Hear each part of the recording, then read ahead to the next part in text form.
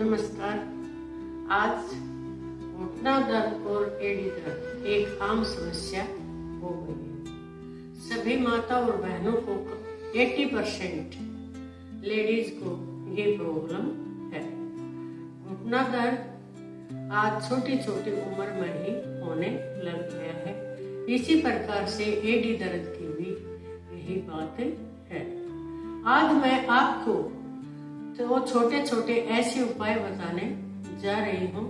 अगर आप उनको सुबह उठते ही, आंखें खुलते ही बिस्तर पर ही कर लेते हैं तो आपकी ये समस्या हल हो जाएगी। जैसे आप देखते हैं कि सर्दी में बाइक, स्कूटी आदि जो है उनका भी तेल जम जाता है।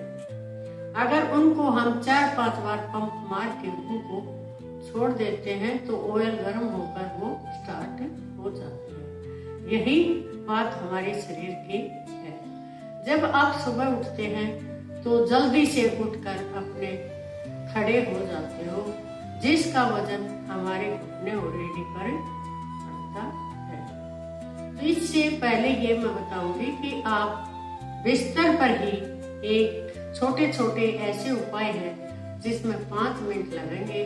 अगर आप कर लेते हैं तो आपके घुटना और एड़ी दर्द ठीक हो जाएगा। मैं पूरा तो नहीं कह सकती, लेकिन 70 से 80% ये ठीक हो जाएगा। तो लो, मैं अब ये 3 छोटे छोटे उपाय बताने जा रही हूँ जो आपको बिस्तर पर ही करने हैं, और करके देखना और फिर मुझे कमेंट करके बताना कि आपको कितना आराम मिला है। पहला उपाय है, सुबह आँख खुलते ही सबसे पहले तो आप अपने जो हाथ है उनको वार्म करके अपने आंखों पर लगाइए। इससे और उस भगवान का नाम लीजिए। फिर आँख खुलते ही जो है धीरे धीरे अपने पैरों की उंगलियों को आगे पीछे करते रहिए। ये क्रिया जो है कोई छोटी मोटी क्रिया नहीं है। जब हमारी उंगलियां वार्म हो जाती हैं तो हमारे पूरे शरीर का ब्लड सर्कुलेशन ठीक हो जाता है। 2-4 मिनट, 1-2 मिनट ये करने के बाद जो है फिर क्या क्रिया करनी है, आपको बेड पर ही जो है अपने पैरों को ऐसे मोड़ लेना है और सांस भरते हुए मेरे साथ करके देखिए। सांस भरते हुए इनको ऐसे करिए।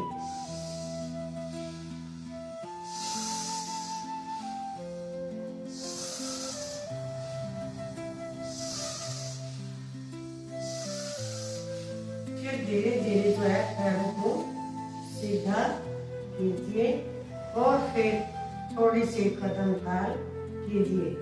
इससे आपके पिंडलियों में जो गैस भरी हुई है वो निकल जाएगी और हमारे अंगूठे की जो नस है वो हमारे घुटनों के नीचे से होती हुई जा रही है। अगर उसमें कोई रुकावट होगी तो वो भी खुल जाएगी। इस प्रकार करके फिर एक बार हमें ऐसे ही करना है।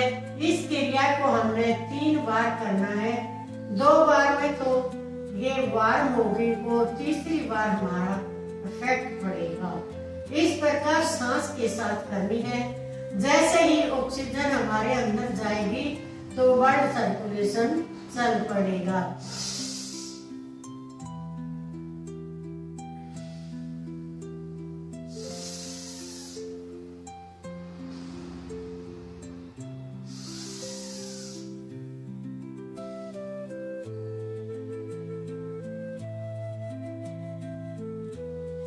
धीरे धीरे पैरों को सीधा कीजिए और फिर पिंडलियों को जमीन पर लगाएं।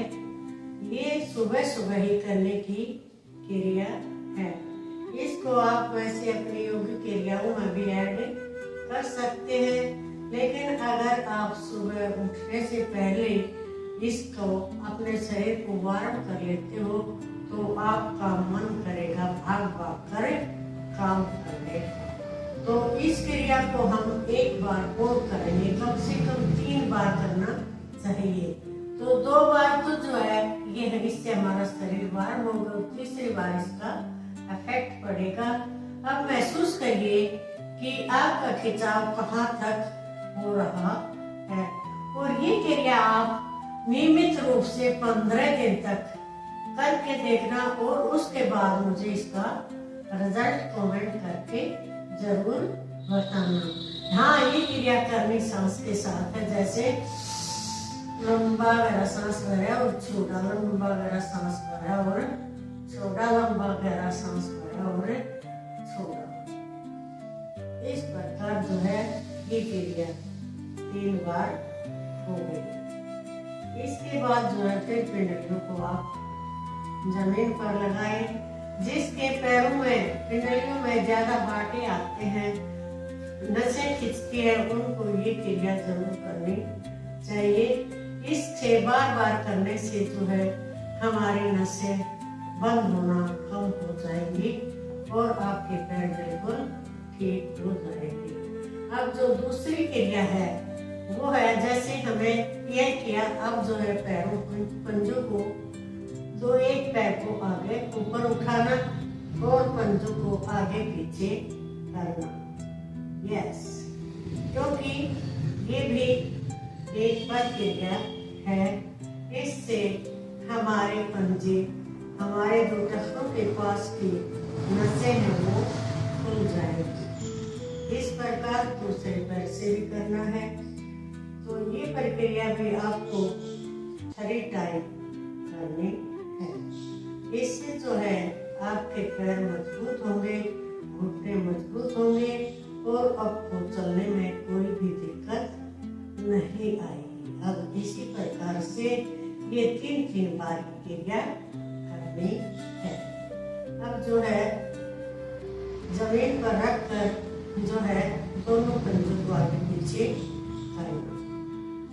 इस प्रकार अगर ये क्रिया नियमित रूप से करते हैं तो आपके एडी और घुटनों में 80% आपको आराम मिलेगा।